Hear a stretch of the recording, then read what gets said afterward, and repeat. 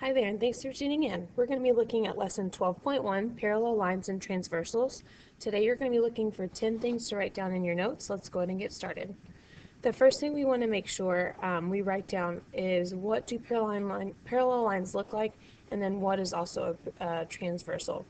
What you want to maybe consider too for number one, so you're going to be drawing this figure in your notes, and then you're going to try to estimate how many degrees each angle is. I'm going to go ahead and number them for you. So what you're going to do is just estimate those degrees, and go ahead and take a few moments just to think about that. So let's pause the video here, estimate what degrees you think each one of those are, and then click play when you're ready to check. Okay, so obviously it looks like numbers 1, 3, 5, and 7 are all obtuse angles. I would maybe estimate those would be maybe like 110, 120. So all angles 1, 3, 5, and 7, notice how they're all obtuse, and they're all going to be equal to one another. For the other part, you notice that all the even numbers, 2, 4, 6, and 8, are all acute. If you also notice here too, when the parallel line is intersected with the transversal, angle 1 and angle 2 are making a supplementary angle, which means both of those added together should be equal to 180. So if this one's 120, this one would be 60. So obviously I just estimated those. I didn't actually take a protractor to them, but just wanted you to kind of see the relationship so far with those 8 angles and which ones are the same and which ones are different. Let's go ahead and write down number 2 in our notes. And what you're going to be looking for is this. The corresponding angles is when your transversal intersects your parallel lines, and the corresponding angles are congruent. So you obviously have green here, or you can have the 2 red that are corresponding. They're in the same spot, just in the either farther down or farther up. Then you also have the purple ones that are corresponding. I'm just trying to color code this a little bit better so you can see that. You've got 2 blue ones that are corresponding, again noticing that they're both obtuse, they're both the same degree measurement, and then you also have these 2 green ones that correspond. Let's go ahead and take time now to pause the video and just write down what those corresponding angles are. Once you're done, click play, and we're going to check some and try some in our notes.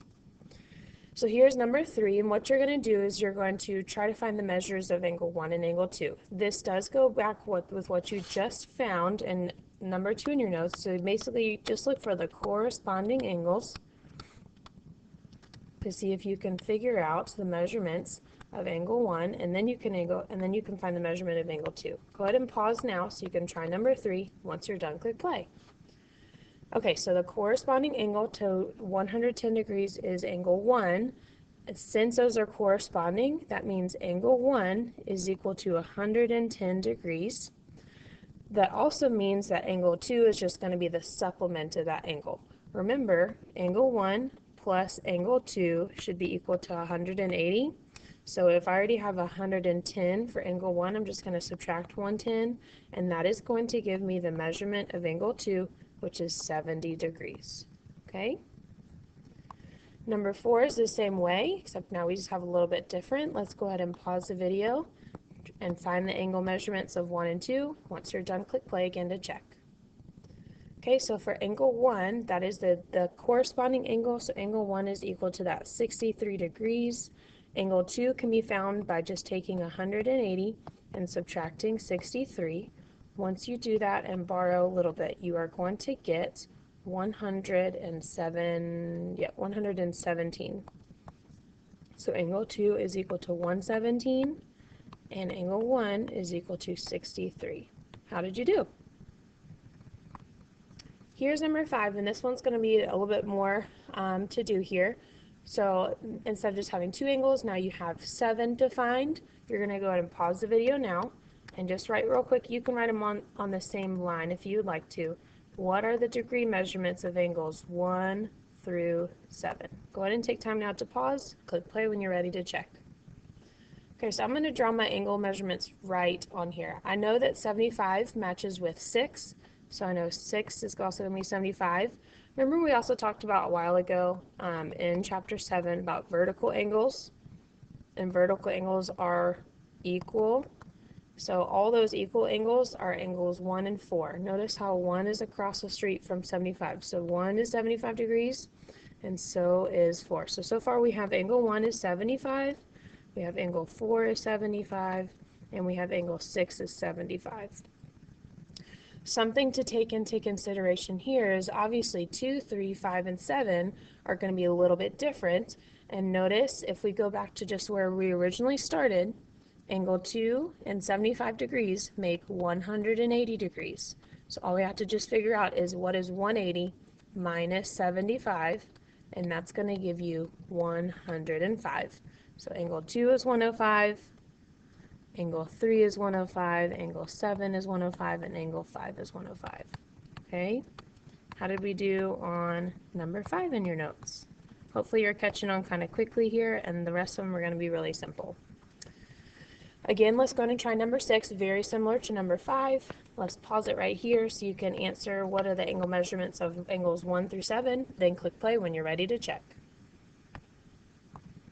Okay, so I know that my 59 degrees corresponds with angle 5, so that's also going to be 59 degrees. I also know the vertical angles will be the same, so angle 7 will be 59 degrees, and angle 2 will be 59 degrees. Okay, to figure out the supplementary angles, I'm just going to take 180 and subtract 59, borrowing, and I'm going to get 121. So that means all your obtuse angles, and that's also another way you can kind of see this too. Notice that 1, 3, 4, and 6 are all obtuse, so those should all have the 121 degrees. Okay. Number 7, we're going to talk about two types of angles, the alternate interior and alternate exterior. What I'd like for you to do is just draw this diagram right here and label alternate interior, alternate exterior. Noticing the alternate interior angles, like the red ones that are labeled, match. Alternate exterior, the ones that are labeled match. They're kind of like alternate vertical angles if you want to think about it that way. And also notice those blue ones match as well. So just make sure that you are labeling, just draw the diagram and label those alternate exterior and alternate interior. You do need to have that picture in your notes, okay? Go ahead and take time now to pause the video real quick, and once you're done drawing and labeling, click play so we can try some new ones. All right, so what you're going to look at for number 8 is the relationship between these two angles. What is the relationship of 3 and 6? And what is the relationship of 2 and 7? I'm going to give you a hint. It goes with the slide you just wrote down for number 7. Okay, so let's go ahead and pause the video now and try numbers 8A and 8B. Once you're done, click play to check your work. Okay, so 3 and 6, notice how they're both on the outside and they're alternating. So these are going to be alternate exterior.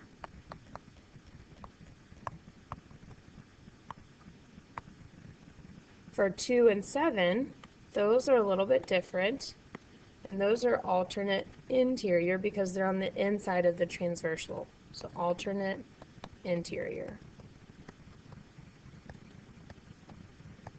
Okay. Number 9, you're going to go ahead and find the measurements of 3, 5, and 6. So you're looking at 3, 5, and 6. Knowing that the measure of angle 4 is 84 degrees. So number 4 is 84 degrees. Maybe think about your alternate interior angles, and that can maybe help you find the measurements of those. So let's go ahead and take time now to pause for number 9. Try each of those 3, and then click play when you're ready to check. Okay, so the first thing I did was find the alternate interior of angle 4, and that's angle 5. So both of those are equal to 84 degrees. So answer to letter B. And then to find the remaining ones, I know that 4 and 3 should add up to be 180 degrees. So what I did is I just took 180 and subtracted 84 from that. And that's going to give me 96. So angle 3 will be equal to 96. And since angle 6 is the alternate exterior, I'm also going to write that as 96 degrees. Okay.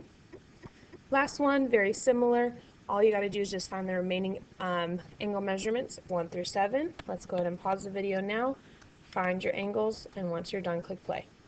All right, so what I did first is just found my corresponding angles. So angle 4 is 57 degrees as well. And then I found my vertical. Angle 6 is 57 degrees. And then also angle 2 is 57 degrees. The remaining angles are going to be your supplement angle. So all you got to do is just take 180 and subtract 57, and we get 123. So that means 1 is 123, and 3 is 123, and 5 is 123, and so is 7. Okay, a lot of you are also seeing too, all the acute angles match and all the obtuse angles match. Okay, that's going to conclude our notes for today. Thank you so much for tuning in, and we'll catch you next time.